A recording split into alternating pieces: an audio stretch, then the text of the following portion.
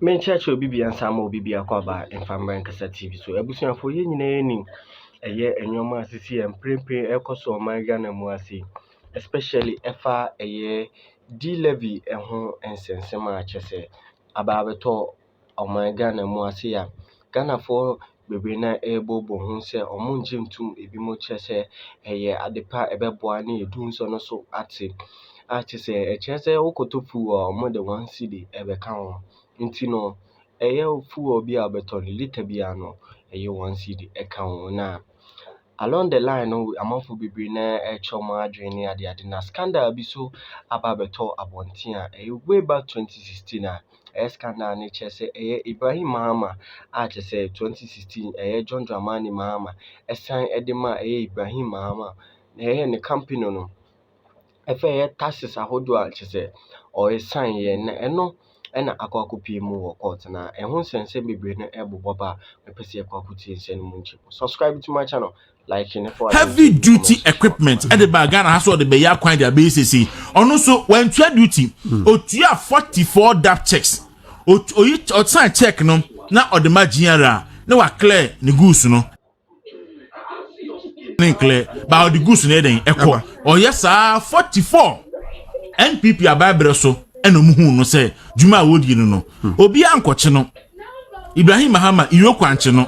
NIB then BNI anche no Ghana police here di anche no what they did ne say oye Ghana ni oye businessman waduma Ghana for no afom enti tua tax na wa sign 44 dap checks ankle no tua na fa on video ko na kwaye waduma. Nobody Ibrahim Mahama wasn't arrested. Okay, yes I want to me that checks no what's the attacker 44 but my dream baby be so my cross check so the verification is here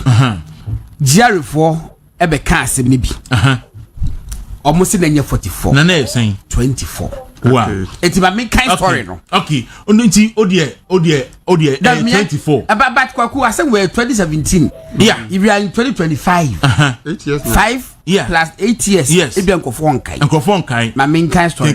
mami ko and the story where dated 25th April 2017 was that the Ghana Revenue Authority has explained that businessman Mr. Ibrahim Mahama issued 24 checks and not 44 as been reported. The checks were to pay for duties on equipment and vehicles he imported through the Tema port in 2015. Okay. Through his two companies, MBG Limited and Holman Brothers, he imported the heavy-duty construction equipment and vehicles into Ghana in 2015 and entered into an agreement with the GRA to spread payment of the import duty over some months.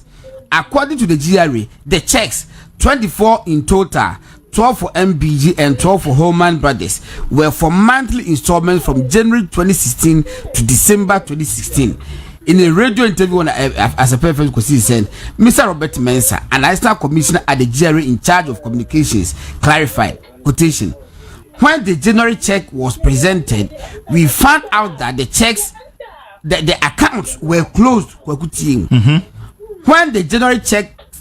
was presented, we found out that the accounts were closed, Mr. Mensah said, and added that from February to December, they did not present the other checks. They are censored and a thought process. So, even account to close, no one say account ni nyejuma closed, and so on the check of that account, etroma GRA for, edi yinifidi, edekoye. That is Ibrahim Mahama. John Mahama duya. In 2015, nani nuya and the president. Obian kanahwe NPP ba bemono, ni NPP ye ne say. Omo kan say ontua sika no na onfa ne hunyo Ghana businessman ko na ni na ye 12.7 million Ghana cedis me bat boy scanner ekofo na mo say business na honorable chama akwaje no ba mo scanner 8 million 7 million Ghana cedis me ba ho enti ka se ka na mo ka say wontumi akra a wantua duty a Ibrahim Mahama wa ye bi pen ebiem yase wontumi akobo bank besia so de kodua buru ena ontuaye me pacho ye wa Ghana hayi ye te se bank bi the merchant bank ye te se businessman bi ekobo obesia wo ho ema bank ni guye ema ye ton de ma 40s fo ye te se 40s ni kra no related to nkrofo I want this aban mu be patcho businessman ben na ko bo besia o merchant bank eguye no those it is alleged say Ibrahim Mahama ka ho but the company no the company na ko bo besia but na won no okay so the company and na ko bo besia e merchant bank ma merchant bank guye me e ton de ma 40s for me wa in fact there is another bank UT bank UT bank and so Ibrahim Mahama yi Ajata cement ekobo bank wo ekobo besia wo UT bank and ko na about 50 something million e de ko bi Ajata cement e me no so bank no eguye and so obi ankochi Ibrahim Mahama obi anche no because o ye businessman obi ko businessman ekobo besia that's bre na okobo besia o de BBC ano enti bi nerusi ano se besia na nko yi a ye di kan ye chi company no ye chi company no edu ba bi ansa na yakoye PS in the view na yakoye nipa o company na chi na ayeyi nti so obi koji bank besia de koye adwuma na adwuma na anyeye na eboka de odi agina mu na ende e bank no odi sika no ani ono na sem enya aban na koche no Rambo styling enti kwadu bia mode bo wuntumi bia no ebia sida unfortunately no President Mahama ni nua Ibrahim Mahama ana sani mani nyina e fa ne ho ba bia na ne bra e wa ban mu let me read the story but you read ni enko all right so story we dated 7th November 2020 we GNA Ghana News Agency Ghana for news agency high level of non-performing loans thievery by some staff collapsed my bank. Okay. Kofi Amoaben. Now yenti was say former CEO of defunct UT Bank Prince Kofi Amoaben says the high level of non-performing loans contributed significantly towards the bank's collapse. He added that as of TV by and to so by men copy relevant quotation no was say wow goodness my men copy relevant quotation ma was say okay my men should be me no was saying when asked whether or not he anticipated takeover I knew the babe was say when asked whether or not he anticipated a takeover due to the non-performing loans, Mr. Amoaben answered negative, saying, I knew the baby was sick to the point that I had to step out for another person to step in as CEO to restructure it. This go fiam Amoaben no judge man. What retirement? No, he said money egu. Tie high. I wasn't expecting the baby to die because of the brand we had created and the impact it was having on the national issue. Mr. Amoaben cited loans, including the ones disbursed to Ibrahim Mahama's Jata Cement Company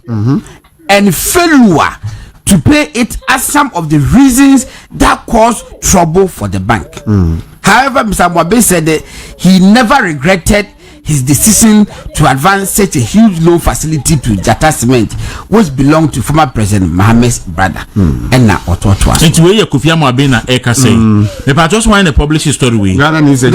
Agency. Not the last one was it on promises by former President Mahama to return collapsed banks to their owners if he wins the December polls. Mr. Amoaben said such promises were not feasible, saying such promises are only good for the ears. Okay. Enti abusia asamo ayekan